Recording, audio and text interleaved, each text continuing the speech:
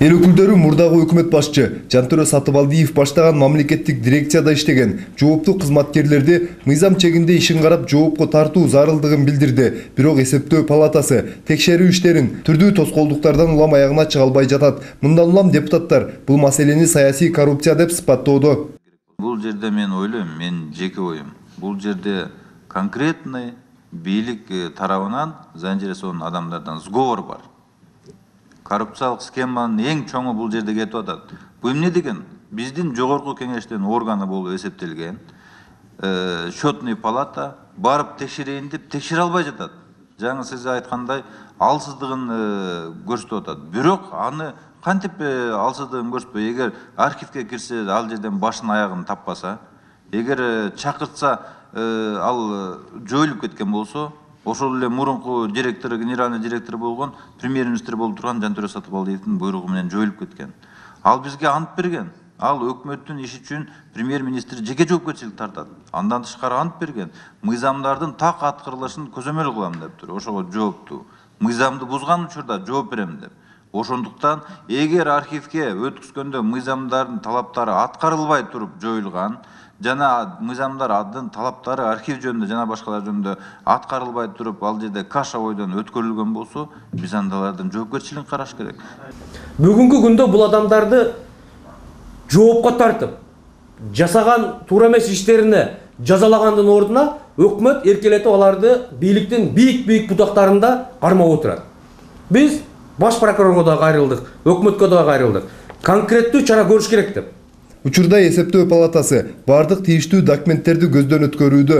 Дирекция жоюлганда мамлекеттик архивге 9000 документтердин топтому тапшырылган. Алардын баары атайын башаламан түрдө иретсиз калтырылган. Бир эле документтердин тобуна эсептик баракчалар, төлөмдөр, курулуш материалдарынын алынганы тууралуу кагаздар сыяктуу документтер иретсиз салынган. Мындай топтогу документтер 9000 болгондуктан текшерүү натыйжалуу болбой жатат. Но сейчас, в связи с тем, что обратиться не к кому, мы обращаемся только в архив.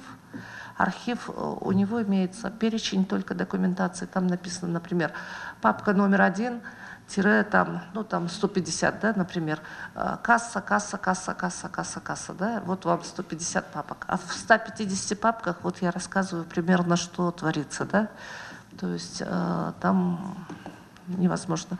Одним словом, 9000 дел, и все 9000 находятся вот в таком состоянии. Эл өкүлдөрү Ош жана Жалал Абад шаарларын куруу боюнча мамлекеттик дирекцияда иштеп, учурда жооптуу кызматтарды аркалап жаткан 14 адамдын атын атады. Алардын ичинде Кыргыз өкмөтүнүн Жалал Абад облусундагы ыйгарым укуктуу өкүлү Жусупжан Жээнбеков, Кыргыз өкмөтүнүн аппарат башчысынын орун басары Кадамбай Бактыгулов, ошондой эле Ош шаарынын мэри Айтмамат Кадырбаевдер бар. Мындан тышкары дагы 2 кызматкер Жалал Абад шаардык мэриясында эмгектенет. Тизмеде министрликтерде бөлүм башчы, адис жана курулуш тармагында учурда да жооптуу кызматтарда жүргөн атка минерлердин аты аталат.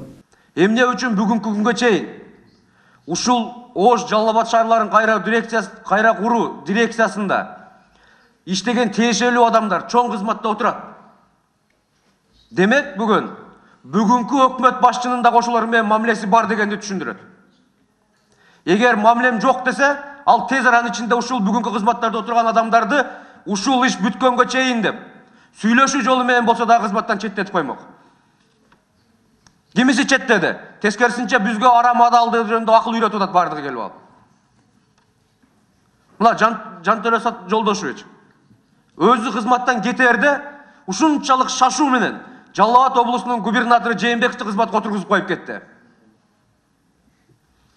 Бул ачык эле көрүнүп турбайбы саясий коррупция экени?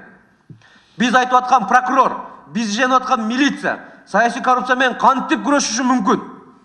Жоомарт Кайыпович Оторбаев ошол Ош Жалал Абад дирекциясына тиешелүү ошол учурда иштеген бүгүнкү жогорку кызматта отурган адамдарды убактылуу болсо дагы тез аранын ичинде кызматтан бошотсун. Биз ушундай чечимге киргизип коелук комитеттен. Рахмат. Рахмат, сунушуңуз. Эми Ош жана Жалал Абад шаарларын куруу боюнча мамлекеттик дирекциясында иштеген атка минерлердин тагдыры жана ишмердиги жогорку кеңеште каралат. Мунарбек Жоргомов, Талгат Пакиев, Сентябрь, Бишкек.